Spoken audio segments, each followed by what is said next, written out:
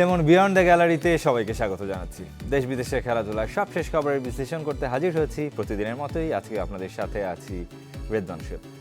দর্শক নিশ্চয়ই জানেন যে এই মুহূর্তে টক অফ দ্য টাউন বলা যায় মুস্তাফিজ ইস্যু। মুস্তাফিজকে আইপিএলে খেলতে না দেয়ায় রীতিমতো উত্তপ্ত অবস্থা ক্রিকেট আঙ্গনে, এবং বাংলাদেশ ইতিমধ্যেই ভারতে গিয়ে টি-20 বিশ্বকাপ খেলতে অস্বীকৃতি জানিয়েছে, আহ্বান জানিয়েছে আইসিসিকে যেন সেই ম্যাচগুলো আইসিসি যেন শ্রীলঙ্কায় সরিয়ে নেওয়ার আহ্বান জানিয়েছে।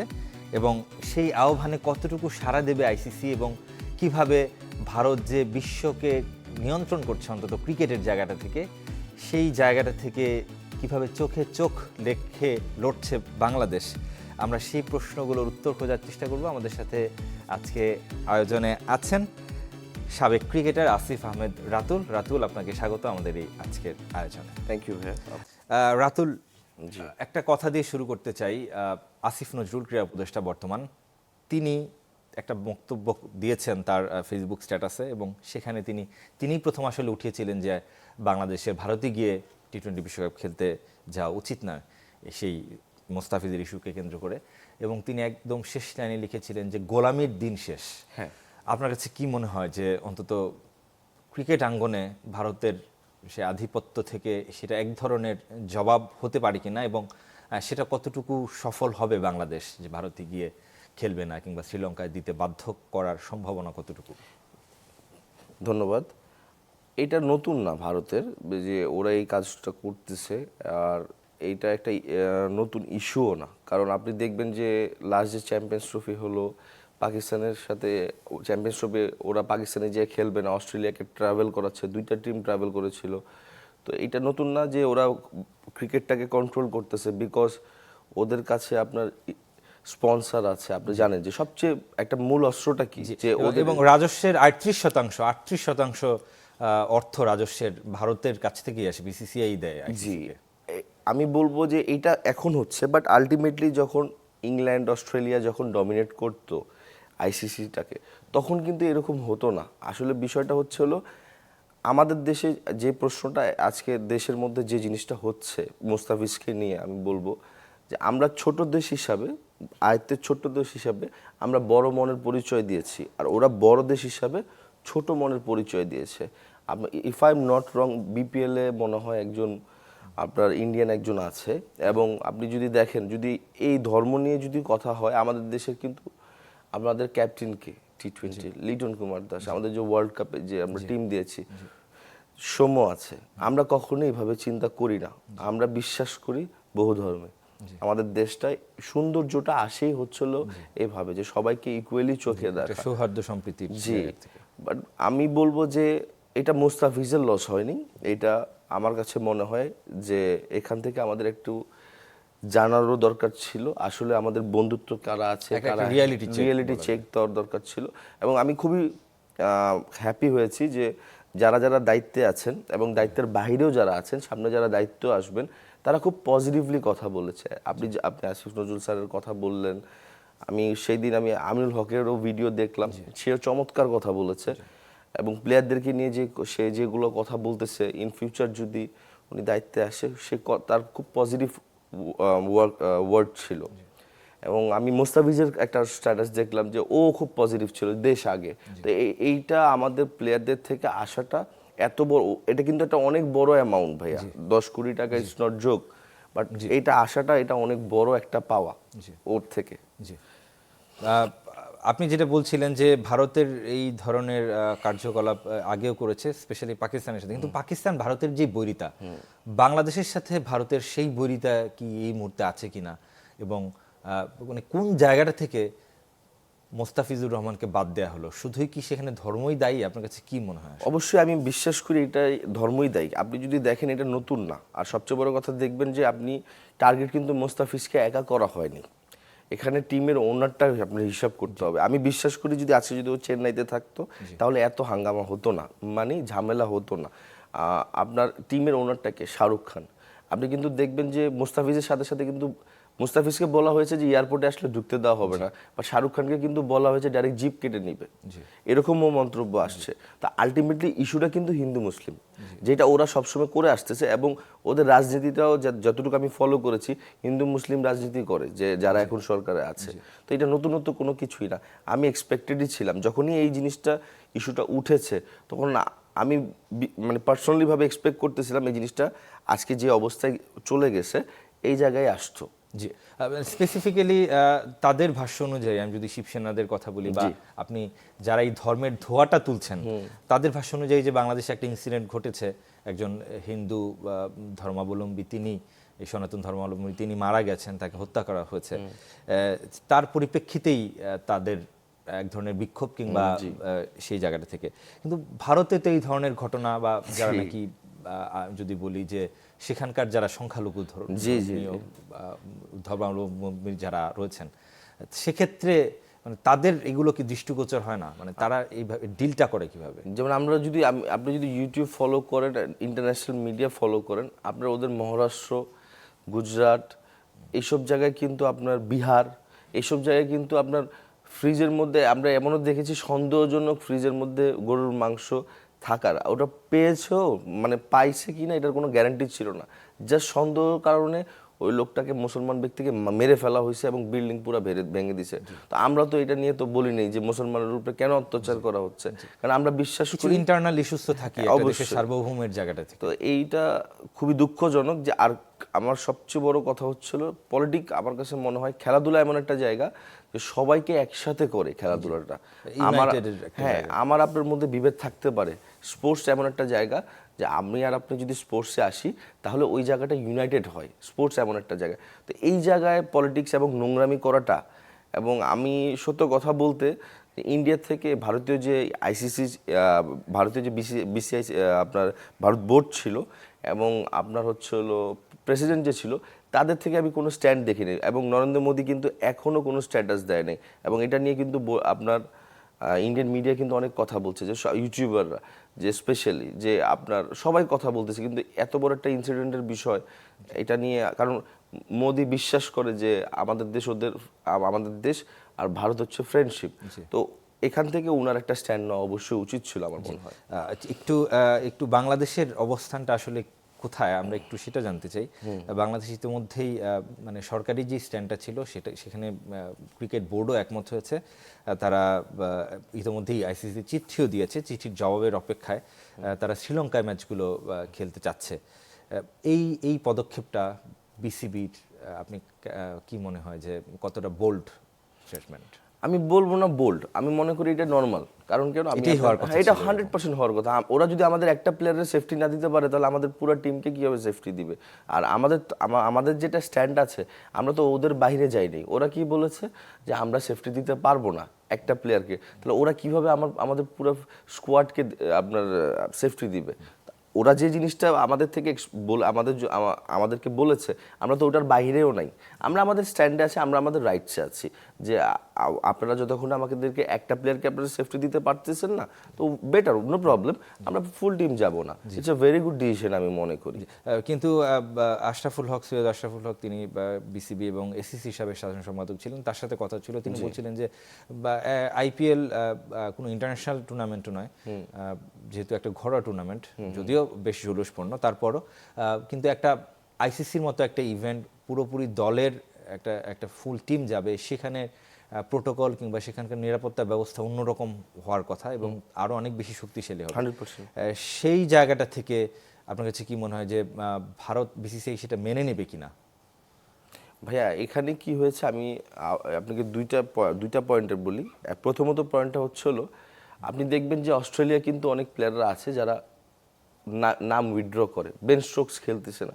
ওয়াই? বিকজ ওদের স্ট্রাকচারটা অনেক স্ট্রং।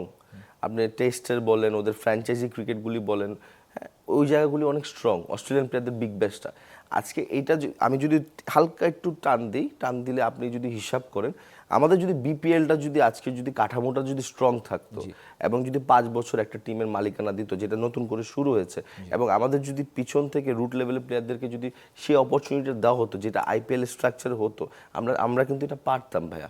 সেটা যদি আজকে করতাম তাহলে কিন্তু আজকে আপনারা আমার কিন্তু কথা বলা লাগতো না এই টক শোতে।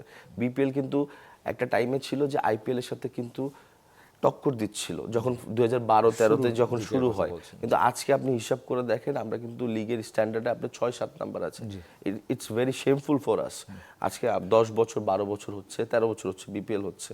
তো স্ট্রাকচারটা যদি আমাদের ঠিক থাকতো তাহলে আজকে আমাদের কিন্তু এই অবস্থায় আসা লাগতো না যে আপনি কথা বলতাম না 10 কোটি টাকা লস করতো। মুস্তাফিজ কিন্তু দেশের মাটিতে আজকে 10 কোটি টাকা পেতে পারতো যদি আমাদের ফাউন্ডেশনটা স্ট্রং থাকতো, ব্র্যান্ড ইনভেস্টার যদি স্পন্সর। আপনি প্রত্যেক বিপিএল এ দেখবেন যে কোনো একটা না একটা মালিকের কিন্তু ইমেজ একদম চলে যায়। গত বছর রাজশাহীতে চলে গেছে, এবছর আমরা দেখলাম চট্টগ্রামে টুর্নামেন্ট শুরু হওয়ার আগেই চলে গেছে। তো অনেক মালিকও আছে ভাই, আমি এটা আপনার মাধ্যমে একটু বলতে চাই। আমি অনেক মালিকের থেকেও শুনেছি, বড় বড় কোম্পানি থেকে, যে আমরা বিপিএল এ আসবো না বিকজ এখানে অনেক রেপুটেশন নিয়ে অনেক কথা হয়, আমি টাকাও নষ্ট করবো, রেপুটেশনটাও নষ্ট হবে। তো এইটার আমার কাছে মনে হয় যে আমাদের যে কাঠামোটা আছে, যে নীতিমালাগুলো আছে, বোর্ডের আরেকটু স্ট্রংভাবে এবং পরিষ্কারভাবে, যে আপনি একটা টিম আসবে, উনি এত টাকা খরচ করবে, বোর্ডেরও দেখা উচিত যে এই যে ফ্র্যাঞ্চাইজিটা আসতেছে তাদেরকে আমি কি ফ্যাসিলিটিসগুলো দিব, তাহলে আমার কাছে মনে হয় আরো বেটার হবে ভাইয়া।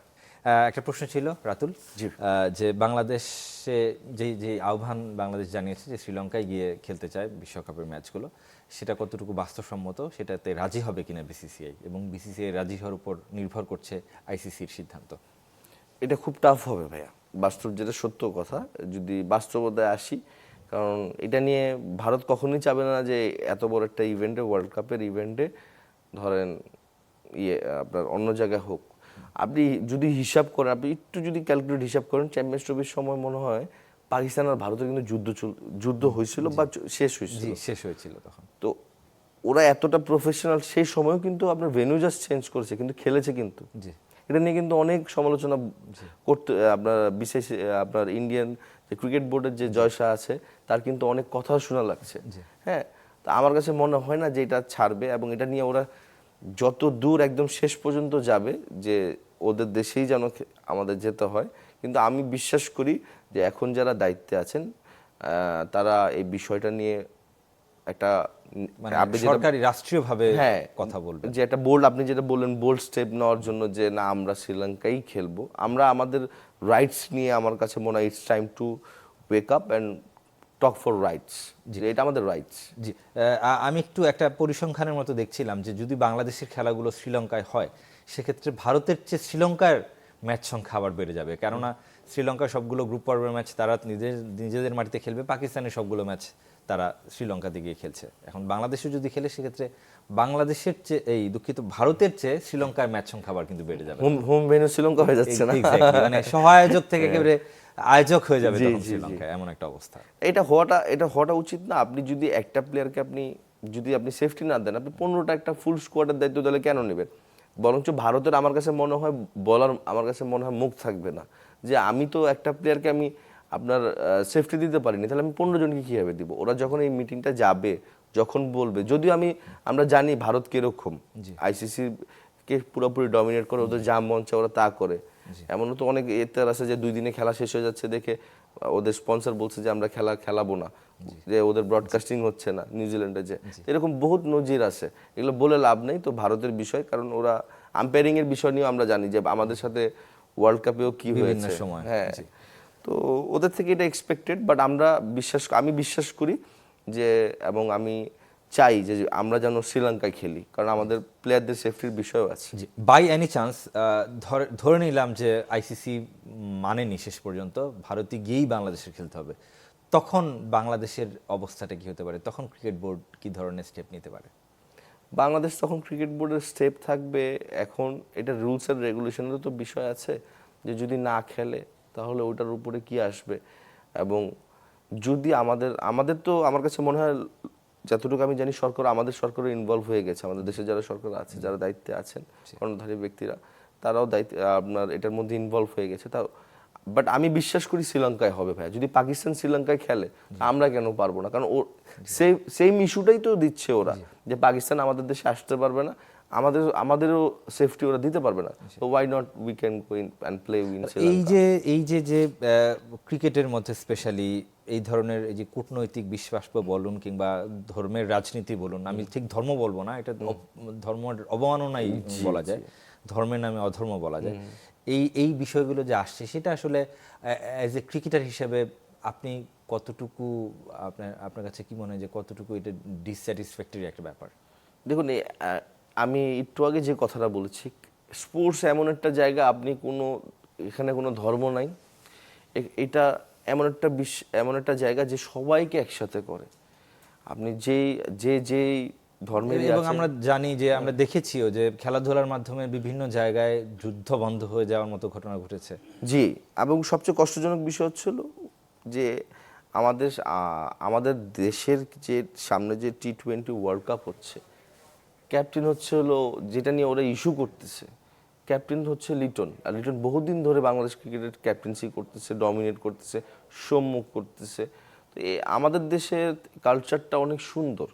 তো এই ধরনের কমেন্ট আসাটা, এবং এটা নিয়ে আমার কাছে মনে হয় যে জিনিসটা আপনাকে একটু আগে বললাম, যে প্রাইম মিনিস্টার আমাদের যে দায়িত্বে যারা দায়িত্বে আছেন দেশের, এবং ওদের যে দেশের দায়িত্বে আছেন, তারা কথা বললে আমার কাছে মনে হয় জিনিসটা অনেক সুইটলি, অনেক সুন্দরভাবে হ্যান্ডেল হতো। যে জিনিসটা অনেক অগুছানো হয়েছে, সেই জিনিসটা আরো আমার কাছে মনে হয় সুন্দর হতে পারতো। যদি দুই দেশের রাষ্ট্র থেকে কথা বলা হতো, তাহলে মুস্তাফিজও যে খেলতো, আমরা ওয়ার্ল্ড কাপেও যেতাম সুন্দরভাবে, আমাদের মাইন্ডসেট আপটা ক্লিন থাকতো। কারণ কেউই চায় না যে আমার সামনের দেশের সাথে আমার একটা রেষারেষি থাকুক। সেই জায়গাটা থেকে মানে কিছুটা জিম্মি হওয়া মনে হচ্ছে কিনা, যে ধরেন আইপিএল এই ফ্র্যাঞ্চাইজির কথাই বলুন, যে আলটিমেটলি একটা স্পেসিফিক একটা গোষ্ঠীর কাছে আসলে জিম্মি হয়ে এই ধরনের সিদ্ধান্ত, মোস্তাফিজের এই সিদ্ধান্তটা গ্রহণ করতে হলো বিসিসিআই থেকে পরবর্তীতে আইপিএলে। যেটা আমি আপনাকে বললাম, যে মোস্তাফিজ যদি আজকে চেন্নাইতে থাকতো এই জিনিসটা হতো না ভাইয়া। আমি আপনাকে বললাম তো, কারণ ওরা বরাবরই শাহরুখ খানকে এর আগেও আমরা যতটুকু জানি যে টার্গেট করেছে, ওর বিভিন্ন মুভিতে ছবি ওরা এতটা পরিমাণ, মানে কি বলবো, যে কাপড়ের রং নিয়ে ওরা ধরেন মনে করেন মুভি বন্ধ করা, আপনি মনে হয় জানেন এই জিনিসটা। তো এটা খুবই সেন্সিটিভ একটা ইস্যু। তো আমার কাছে মনে হয়েছে যেটা হয়েছে, আমি বলবো না ভালো হয়েছে, এটা খারাপই হয়েছে, কিন্তু আমার কাছে মনে হয় স্মার্টলি যদি হ্যান্ডেল করতো তাহলে আজকে এই অবস্থায় আসতো না। এখন কিন্তু দুই দেশের অবস্থাই গরম, কেউ কাউকে, আমি ফেসবুক খুললে স্ক্রল করলে আপনার হচ্ছে এই বিষয়টা নিয়ে কথা হচ্ছে, এটা খুবই দুঃখজনক। এবং আমার কাছে মনে হয় যে মানে আমরা যেটাকে বলি যে মানে জেন্টেলম্যানস গেম বলি আমরা ক্রিকেটকে, কিংবা একটা স্পোর্টসম্যানশিপের যে কথাটা বলি, সেই জিনিসগুলো আসলে পুরোপুরিভাবেই আমরা এই মুহূর্তে দেখছি যে লঙ্ঘিত হচ্ছে। আমাদের সময় একদম শেষ হয়ে গেছে। তবে আমি আমরা বিশ্বাস করতে চাই যে ভারত বলুন, বাংলাদেশ বলুন, তারা এই বিষয়গুলো খুব দারুণভাবে আসলে হ্যান্ডেল করবে, এবং আসলে কোনোভাবেই যেন ক্রিকেটের সাথে যে আনুষঙ্গিক যে বিষয়গুলো আছে, পলিটিক্স বলুন কিংবা অধর্ম বলুন, সেগুলো যেন না মিশে। শেষ করতে হচ্ছে ক্লেমন বিয়ন্ড দ্য গ্যালারি। ভালো থাকবেন, সুস্থ থাকবেন সবাই।